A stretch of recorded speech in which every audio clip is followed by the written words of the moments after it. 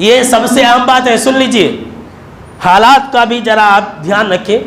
جیسا موسم چل رہا ہے, ہر طرف موت ہی موت, ہر طرف پریشانیاں, ہر طرف آفتیں اور مصیبتیں, ہر آئے دن کچھ نہ کچھ خبر کہ اتنی بیماریاں بڑھ گئی ہے. یہ رمضان کا مہینہ اللہ رب العالمین نے ہمیں عطا کیا ہے. ہم اس مہینے کے اندر دعاؤں کا اہتمام کر کے اپنے آپ کو ہر آفت اور مصیبت سے بچا سکتے ہیں. جی ہاں, رمضان اور دعا ان دونوں کے درمیان میں بہت گہری مناسبت ہے, بہت ہی زیادہ گہرا تعلق ہے. اب آپ کہیں گے کیسے؟ دیکھیے قرآن مجید سورہ بقرہ آپ اٹھا لیجئے. سورہ بقرہ کے اندر اللہ رب العالمین نے 183, 184 اور 185 ان آیتوں کے اندر اللہ رب العالمین نے روزے کے احکام و مسائل بیان فرمائے. اور اس کے بعد جو سورہ بقرہ کی آیت نمبر 186 ہے, اس کے اندر اللہ رب العالمین نے دعا کا ذکر کیا ہے. پھر 187 کی جو آیت ہیں اس کے اندر پھر اللہ رب العالمین نے روزے کے احکام و مسائل بیان فرمائے. اوپر بھی روزے کے احکام و مسائل, نیچے بھی روزے کے احکام و مسائل, بیچ میں ایک دعا کی آیت. وہ کیا آیت؟ اللہ رب العالمین نے فرمایا وَإِذَا سَأَلَكَ عِبَادِي عَنِّي فَإِنِّي قَرِيبٌ أُجِيبُ دَعْوَةَ الدَّاعِ إِذَا دَعَانِ فَلْيَسْتَجِيبُوا لِي وَلْيُؤْمِنُوا بِي لَعَلَّهُمْ يَرْشُدُونَ. کہ نبی صلی اللہ علیہ وسلم, یہ لوگ آپ سے میرے بارے میں سوال کرتے ہیں, آپ کہہ دیجئے کہ میں بہت ہی زیادہ قریب ہوں. اجیب دعوت الداعی اذا دعان, میں ہر پکارنے والے کی پکار کو سنتا ہوں. فلیستجیبوا لی, تو لوگوں کو چاہیے کہ وہ میری بات مان لیا کرے. جی ہاں, اللہ پیغام دے رہا ہے, اللہ حکم دے رہا ہے کہ لوگوں کو چاہیے کہ وہ میری بات مان لیا کریں. وَلْيُؤْمِنُوا بِي, اور میرے اوپر ایمان رکھیں.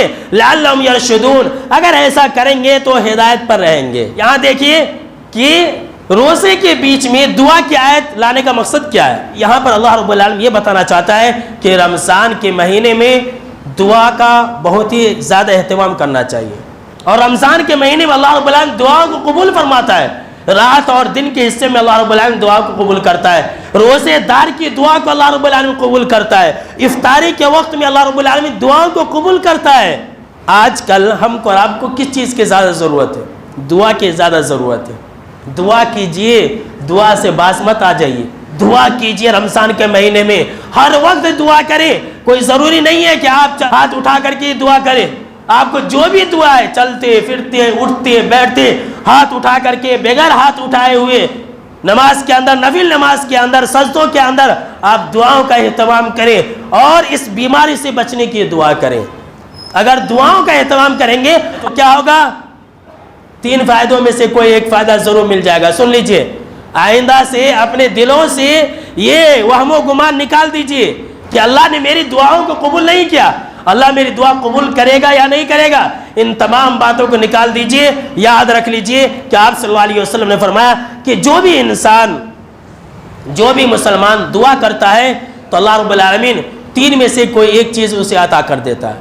یا تو جلدی یا پھر تاخیر سے اللہ اس کی دعاؤں کو قبول کر لیتا ہے, یا پھر اللہ رب العالمین اس دعا کی وجہ سے آخرت کے اندر اس کے لیے ذخیرہ بنا دیتا ہے, دعا کرنے کی وجہ سے. اللہ اکبر. اور یہ مسند احمد کی بالکل صحیح روایت ہے. انسان جو بھی دعا کیا, اللہ نے اس کی دعا قبول نہیں کی, لیکن یہ نہیں کہ اس کی دعا بیکار ہو گئی, نہیں, جنت کے اندر, آخرت کے اندر اللہ نے اس کے لیے توشہ بنا دیا. دنیا کی جو چیز ہم اللہ سے مانگتے ہیں بہت حقیر چیز ہے, اور اللہ کے پاس جو ہے خیر و ابقا, دنیا سے لاکھ گنا بہتر بھی ہے اور باقی رہنے والے بھی ہے. اور تیسری چیز جس کو آج کل ہم کو اور آپ کو ضرورت ہے, سن لیجئے, رمضان کا مہینہ ہے, دعاؤں کے قبول ہونے کا مہینہ ہے. سن لیجئے, آپ صلی اللہ علیہ وسلم نے فرمایا کہ تیسری چیز, دعا کرنے کی وجہ سے اللہ رب العالمین اس بندے کے اوپر آنے والی, اترنے والی مصیبتوں کو دور فرما دیتا ہے. اللہ اکبر. اگر آج ہم دعا مانگیں گے تو ہمارے اوپر جو بھی آفتیں, مصیبتیں, بلائیں ہمارے سروں کے اوپر منڈلا رہی ہے, اللہ رب العالمین دعا کرنے کی وجہ سے ہٹا دیتا. لہذا رمضان دعاؤں کا مہینہ ہے, ہم اور آپ دعا مانگا کریں.